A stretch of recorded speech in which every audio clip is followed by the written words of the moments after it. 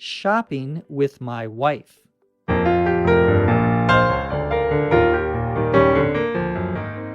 Today's podcast is going to be a story about me going shopping with my wife. Let's go. One thing I dread more than anything else is going clothes shopping with my wife.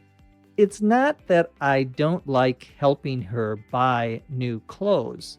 It's just that I have no fashion sense.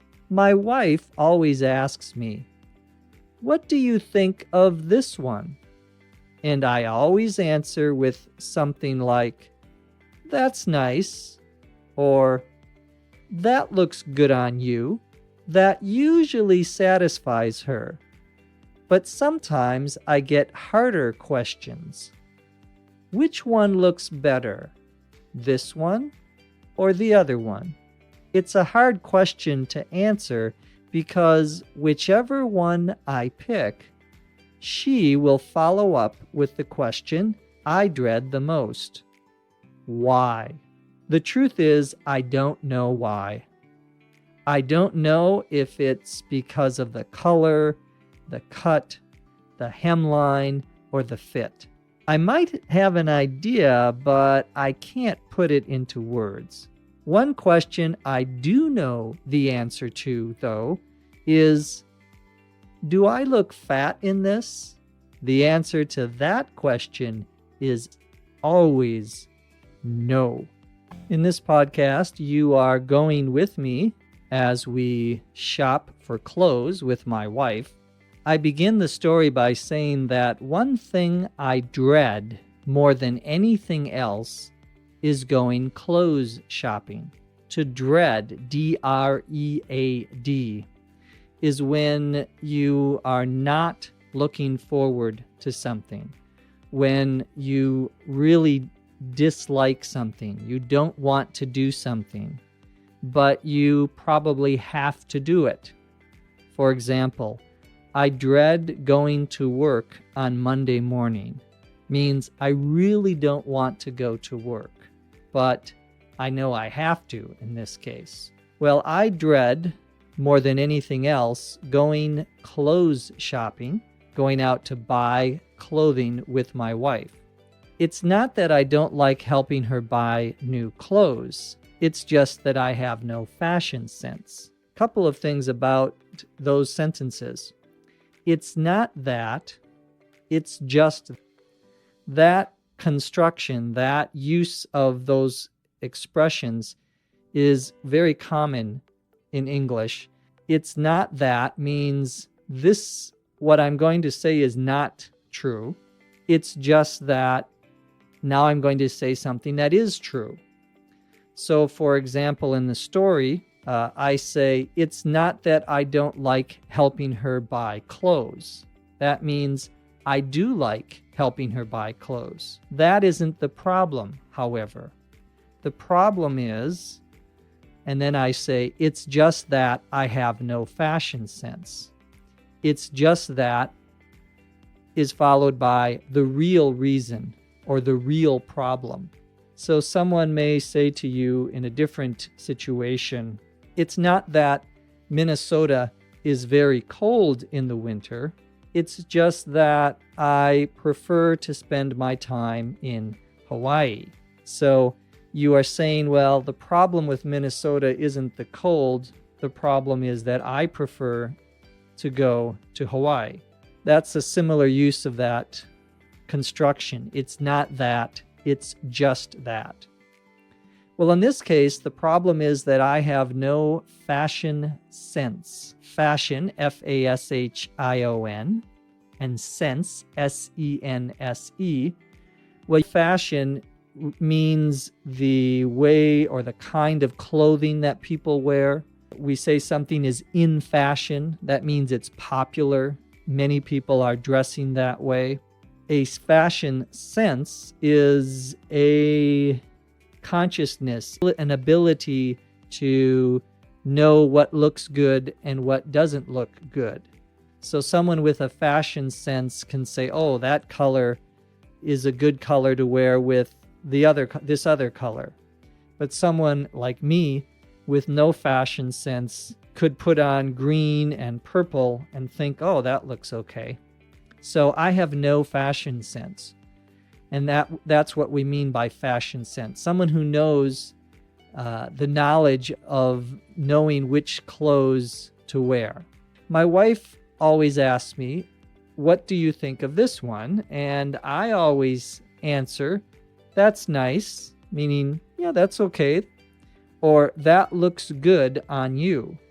And of course, to look good on someone means that the clothes look good on them. The clothes are attractive, that the person has a nice look about them in those clothes. I say in the story that when I tell my wife, that's nice, or that looks good on you, that usually satisfies her. To satisfy her means she doesn't ask more questions. She thinks, oh, okay, that I accept that. She is satisfied. The noun there would be satisfaction. Well, my responses usually satisfy her, but sometimes I say I get harder questions. Of course, a HARD question is a difficult question. So I get more difficult or harder questions when she asks which one looks better, A or B.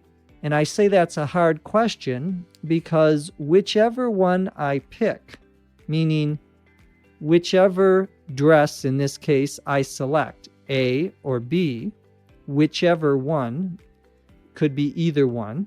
Another way of saying whichever is it doesn't matter which one I choose. For either choice, she will follow up with the question I dread the most. To follow up, two words, FOLLOWUP. To follow up means to do something after someone else has done something. That you want more information, for example. You can follow up with a question. Sometimes we use that verb by itself. I'm going to follow up on our meeting today. Means I'm going to call you again or email you again about what we talked about in our meeting. Well, in this case, my wife follows up with a question, means after I answer her question, she asks me another question. And the question that I dread the most, remember dread means I hate, I dislike the most, is why. Well, I say in the story that the truth is, I don't know why. The truth is an expression we use when we are trying to be very honest with someone else. Maybe telling them something that we wouldn't normally tell them. So, for example, my wife says, do you want to go over to my sister's house? And I say, well, the truth is, I'm really tired.